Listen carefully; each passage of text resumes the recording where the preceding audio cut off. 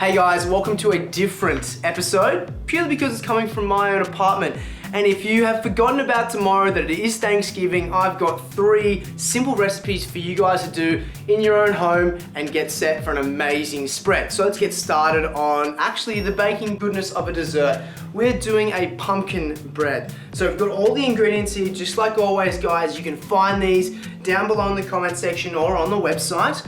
And as always, follow along. So like any baking goodness is wet plus dry. Here we have our almond flour, some baking powder, some spices, and a pinch of salt, and that's all ready to go. So, whilst we get that thing sorted, we've preheated our oven 350 degrees Fahrenheit. We have some coconut oil, some maple syrup, gonna bring together our natural sugars there, and our fat. Just gonna give it a nice little mix. You can do all this in a blender if you wish. You're looking for a nice consistency. It starts to become somewhat creamy. Okay, so you're gonna pour that off into a pumpkin puree. Now you can make this at home, just purely make pumpkin, puree it after steaming it, roasting it, whatever you wish. Some places also have it canned, so have a look, whatever is at your convenience. It might be a bit easier if you wanted to actually have it pre-canned, just if you have forgotten about Thanksgiving particularly. We're also gonna use some, my homemade favorite, peanut butter, right there, creamed up goodness. So in here you've got peanuts, roasted, salt, and then blitz until absolute happiness. So you've got 3 different elements there. You've got that coconut maple, the peanut butter, and of course your lovely, gorgeous pumpkin puree. So you're just looking for it to come together. Now from here I'm going to create a little well in the center. I'm going to crack a couple of eggs in. 1, 2. Okay, and then just give it a little whisk inside using just a fork. So you got that liquid. Now, what I've done there is by whisking it, I've created pockets of air. It's gonna help with the rise and bring it together. But just gotta be gentle in how I fold this in now. I don't want it to kind of lose that lovely aeration of goodness. It's getting to a very nice consistency.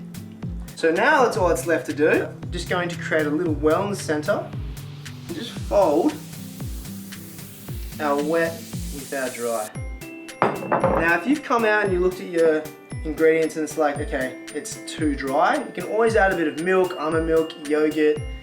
You know, this is obviously a gluten-free recipe. It's naturally dairy-free too, but if you like yogurt will actually help with the rise because of the way the acidic nature, you know, reacts to the baking powder and those kinds of things.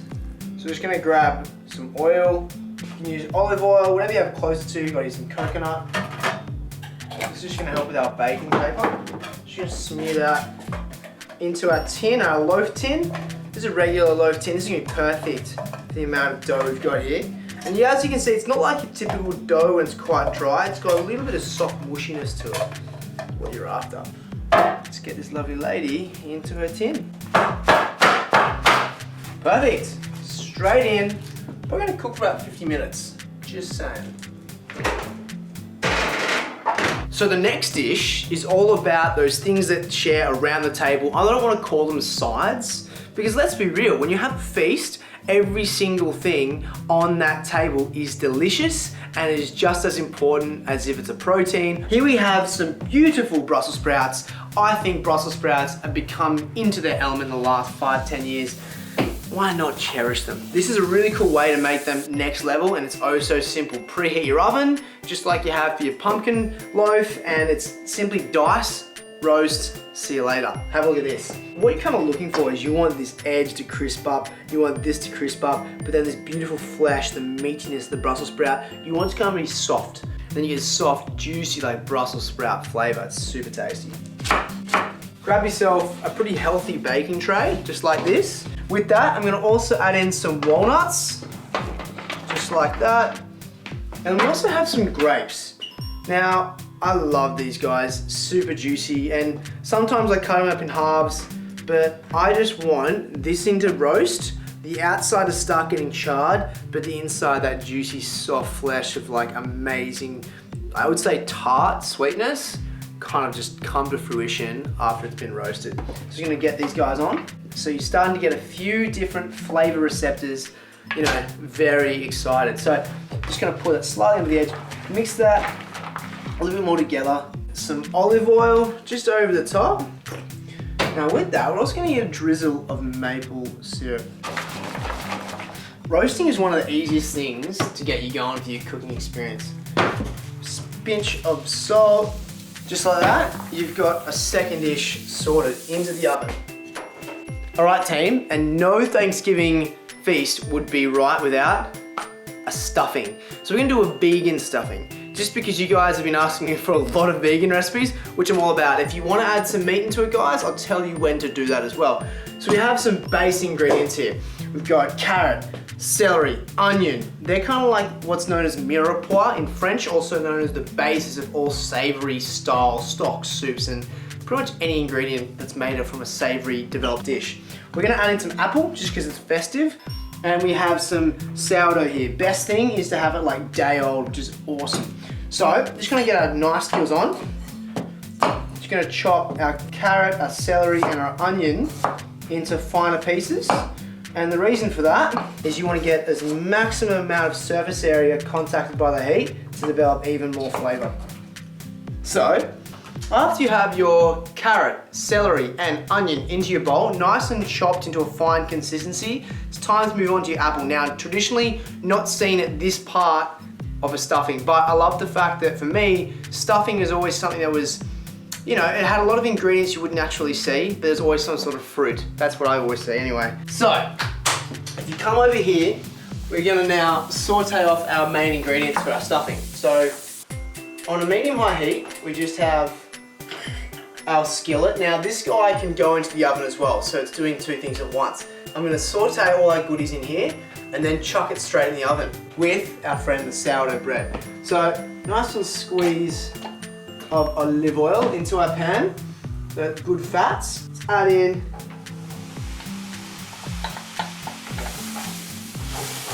so these lovely friends in here are starting to get a little soft. They've also got a little golden edge on the outside, which means the heat is doing its thing and we're on to the next stage.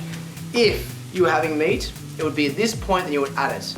We're doing vegan, so we're on to the next step, which is incorporating our bread. Now this adds a beautiful element, so I'm just gonna get this into little cubes, and you can do it any fashion you like. Next stage, we're gonna add our herbs. We've got here some fennel seeds and some oregano or oregano.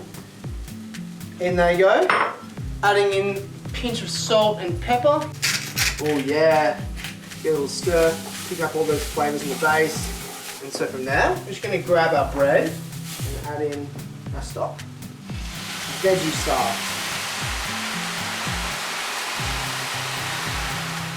Look at our friend the Brussels sprout. I'm just gonna swap you over. Oh, paint the roasting tray. Talk about wins. That is flavor. Look at that. Remember we're talking about crisp? Crispy surface, and then soft. Look at how soft that is there.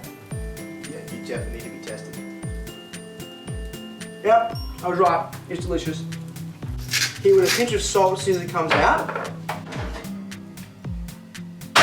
Fun times number one, fun times number two, and of course our little dessert number.